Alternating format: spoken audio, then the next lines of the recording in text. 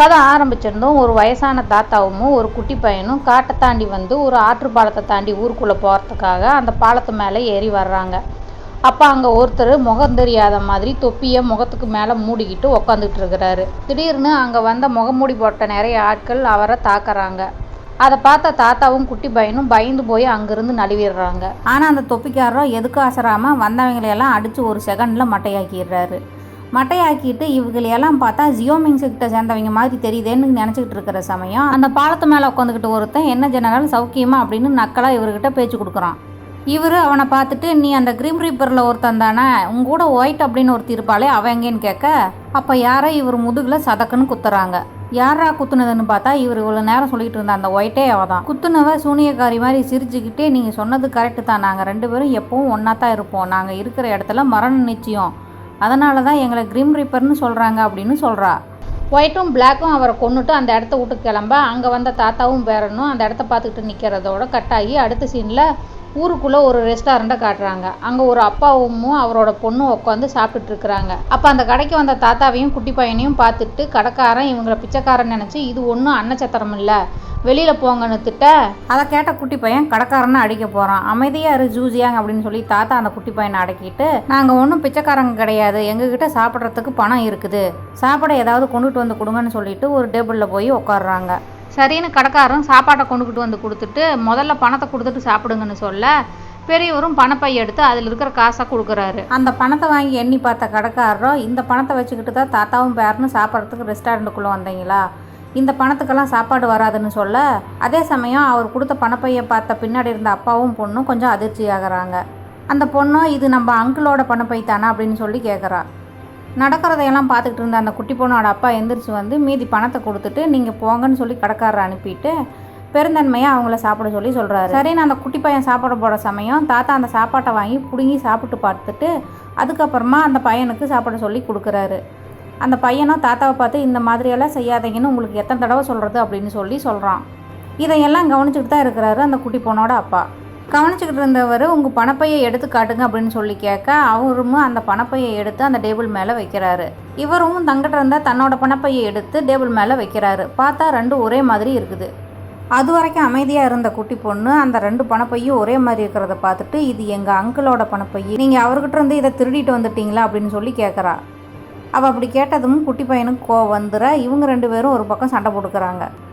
அப்போ அந்த தாத்தா, நாங்கள் பணப்பையை திருடலை, இந்த பையை வச்சுருந்தவரை சில பேர் தாக்கி கொண்டுட்டாங்க, நாங்கள் அந்த இடத்துல இருந்த பையை மட்டும்தான் எடுத்துக்கிட்டோம்னு சொல்கிறாரு. வேணும்னா இதை நீங்களே வச்சுக்கோங்கன்னு சொல்ல, அதெல்லாம் வேணாம், நீங்கள் சொன்ன இடம் எந்த இடம்னு சொல்லி அதை மட்டும் சொல்லுங்கன்னு கேட்க, அவரும் அந்த ஆற்று பாலத்துக்கிட்ட பார்த்தோம் அப்படின்னு சொல்கிறாரு. அதை கேட்டுட்டு 2 பேருமா அங்கேருந்து கிளம்புறாங்க. அவங்க 2 பேரும் போனதும் தாத்தா வந்து அந்த குட்டி பையன்கிட்ட, அவரை பார்த்தா மெட்டீரியல் ஆர்ட்ஸ் எல்லாம் கற்றுக்கிட்ட பெரிய ஆள் மாதிரி இருக்கிறாரு, அவர்கிட்ட நான் உன்னை சேர்த்து விட்றேன் அப்படின்னு சொல்லிட்டு அவருமா அங்கேருந்து அவங்கள பின்தொடர்ந்து கிளம்புறாரு. கொஞ்ச நேரத்தில் அந்த குட்டி பையனோட அப்பாவை வேற ஒரு இடத்துல சந்தித்த பெரியவர், ஜூசியாங்க நீங்கள் சிஸ்னா ஏற்றுக்குங்க அப்படின்னு சொல்லி கேட்க, அவரும் முடியாதுன்னு சொல்லி மறுத்துடுறாரு. அதனால் சரின்னு அவரும் அங்கேருந்து அவனை கூட்டிகிட்டு கிளம்புறான்னு போகிறப்ப அங்கே பிளாக்கும் ஒயிட்டும் வர்றாங்க.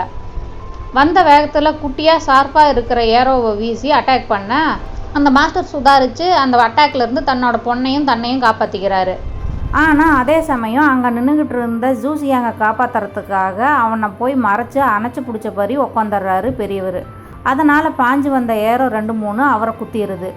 அவர் அந்த இடத்துலையே செத்து போக அதை பார்த்து கதறா நம்ம ஜூசியாங்க. அப்படி ஜூசியாங்க கத்தி கதறிக்கிட்டு இருக்கிறத பரிதாபத்தோடு பார்த்துக்கிட்டு இருக்கிற அதே சமயம் இதுதான் சமயம்னு சொல்லிட்டு ஒயிட் அவங்க ஆட்களை கூட்டிக்கிட்டு மாஸ்டரை தாக்கிறதுக்கு வர்றா. வெறியான மாஸ்டரோ ஒரு செகண்டில் அவளோட ஆட்களை எல்லாம் அடித்து தள்ளிட்டு ஒயிட்டையும் அட்டாக் பண்ணிடுறாரு. இவர் ஒயிட் கூட ஃபைட் பண்ணிட்டு இருக்கிற அதே சமயம் பிளாக் போய் அவர் பொண்ணை தூக்கி வச்சுக்கிட்டு டிராகன் ஸ்வாடை கொடுக்க சொல்லி பிளாக்மெயில் பண்ணுறான். இவர்கிட்ட இருக்கிற டிராகன் ஸ்வாடை வாங்குறதுக்கு தான் இவ்வளோ கலவரமும் பண்ணியிருப்பாங்க போல. அவர் கடுப்பாய் ஸ்பீடாக வந்து பிளாக் அட்டாக் பண்ண வர பின்னாடியே ஒயிட் எகிரி வந்து அவர் அட்டாக் பண்ணுறா. அவர் அதை தடுத்து அவளை தூக்கி வீசிடுறாரு. ஆனால் கிடைச்ச சந்தர்ப்பத்தை கரெக்டாக பயன்படுத்தி அவரோட கையில் பாய்சனை இன்ஜெக்ட் பண்ணிடுறா. அந்த பாய்சனோட பாதிப்பால் கொஞ்சம் கொஞ்சமாக தள்ளாடி சரிகிறாரு கீழே.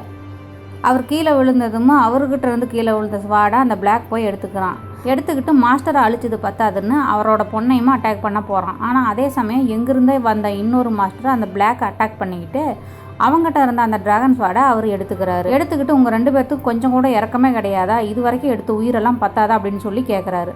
அந்த மாஸ்டரை பார்த்தோன்னே இவங்க 2 பேரும் பயந்து அங்கேருந்து ஸ்மோக் பாம்பை வீசிட்டு அங்கேருந்து எஸ்கேப் ஆயிடுறாங்க. அதுக்கப்புறமா அடிபட்டவர்கிட்ட போய் அவர் பேசுகிறாரு. ஜூசியாங்க அவர் பக்கத்தில் வந்து நின்றுக்கிட்டு என்ன பண்ணுறதுனே தெரியாமல் அழுதுகிட்டு இருக்கிறான். கீழே விழுந்து கிடந்த அந்த குட்டி பொண்ணோட அப்பா தன்னோட பொண்ணான லீசியாங்க அந்த மாஸ்டர்கிட்ட ஒப்படைச்சிட்டு ஜூசியாங்க பற்றி அவரோட காதில் ஏதோ ரகசியமாக சொல்கிறாரு. அவனை பற்றி ரகசியமாக என்ன சொன்னாருன்னு தெரியல. சொல்லிவிட்டு அந்த இடத்துக்குள்ளேயே அவரும் இறந்துடுறாரு. அடுத்த சீனில் ஜூசியாங்கையும் லீசியாங்கையும் அந்த மாஸ்டர் தன்னோட இடத்துக்கு கூட்டிக்கிட்டு வந்துடுறாரு. இறந்து போன மாஸ்டர் கேட்டுக்கிட்டபடி இவங்க 2 பேர்த்தையும் தானே வளர்த்துறாருன்னு முடிவு பண்ணிட்டார் போல இருக்குது. 2 பேர்த்தையும் கூப்பிட்டு உட்கார வச்சு இன்னையிலேருந்து 2 பேரும் நான் சொல்கிறத மட்டும்தான் கேட்கணும், ஒழுங்காக நான் சொல்கிறத கேட்டு நான் என்ன ட்ரெயின் பண்ணணும்னோ அதை ஒழுங்காக கற்றுக்கணும் அப்படின்னு சொல்லிட்டு 2 பேர்த்துக்கிட்டையும் ஆளுக்கு ஒரு புத்தகமாக தூக்கி போடுறாரு. தூக்கி போட்டுட்டு அந்த புத்தகத்தை எடுத்துக்கோங்க, எடுத்து அதில் இருக்கிறத கவனமாக படித்து கற்றுக்கோங்க அப்படின்னு சொல்கிறாரு. சரின்னு 2 பேரும் அவங்களுக்கு முன்னாடி கடந்த புத்தகத்தை எடுத்து பார்க்குறாங்க. பார்த்தா லீசியாங்க்கும் மார்ஷல் ஆர்ட்ஸை பற்றி கற்றுக்கிற புத்தகமும் ஜூசியாங்கிட்ட சமையல் மருத்துவம் இதையெல்லாம் கற்றுக்கிற மாதிரியான புத்தகமும் இருக்குது. உடனே ஜூசியாங் மாஸ்டர்கிட்ட மாஸ்டர் புத்தகம் மாறிடுச்சு போல இருக்குது அப்படின்னு சொல்கிறான். அதை கேட்ட மாஸ்டரும் அதெல்லாம் ஒன்றும் மாற கிடையாது, உங்ககிட்ட இருக்கிற புத்தகத்தில் என்ன இருக்குதோ அதை படித்து ஒழுங்காக கற்றுக்க அப்படின்னு சொல்கிறாரு. இவனும் அதுக்கு மறுத்துட்டு இதையெல்லாம் என்னால் கற்றுக்க முடியாது, எனக்கு சண்டை செய்யத்தான் கற்றுக்கணும் அப்படின்னு சொல்கிறான். அதை கேட்ட மாஸ்டர் கடுப்பாகி இப்போவே நீ என்னை எதிர்த்து பேச ஆரம்பிச்சிட்டியா, இதுக்கு மேலே நான் உன்னை விட்டு வைக்க மாட்டேன்னு சொல்லிட்டு தங்கிட்ட இருந்த ஸ்வாடை எடுத்து வேகமாக வீசுறதோட அந்த சீன் கட்டாகி பெரியவனாக நம்ம ஹீரோ கண்முழிக்கிறத காட்டுறாங்க. பெரியவனான நம்ம ஹீரோ ஜூசியாங்கு காட்டுக்குள்ளே ஏதோ மூலிகைகளையும் பறிக்க வந்திருப்பான் போல இருக்குது. அப்படியே படுத்து அசந்து போய் தூங்கிட்டான். பழைய ஞாபகங்களோட விசுக்குன்னு கண் முழிக்கிறான். கண் முழிச்சவன் நேராயிருச்சு மாஸ்டர் திட்டுவாருன்னு சொல்லிட்டு அங்கேருந்து பறித்த மூலிகைகளையும் எடுத்துக்கிட்டு கிளம்புறான். அப்படி அவன் கிளம்புற தூரத்தில் இருந்து அந்த மாஸ்டர் பார்த்துக்கிட்டு தான் இருக்கிறாரு. இவனை எந்நேரமும் கண்காணிச்சிக்கிட்டே இருப்பார் போல இருக்குது. அதோட இந்த பார்ட்டை முடிச்சுக்கலாம்.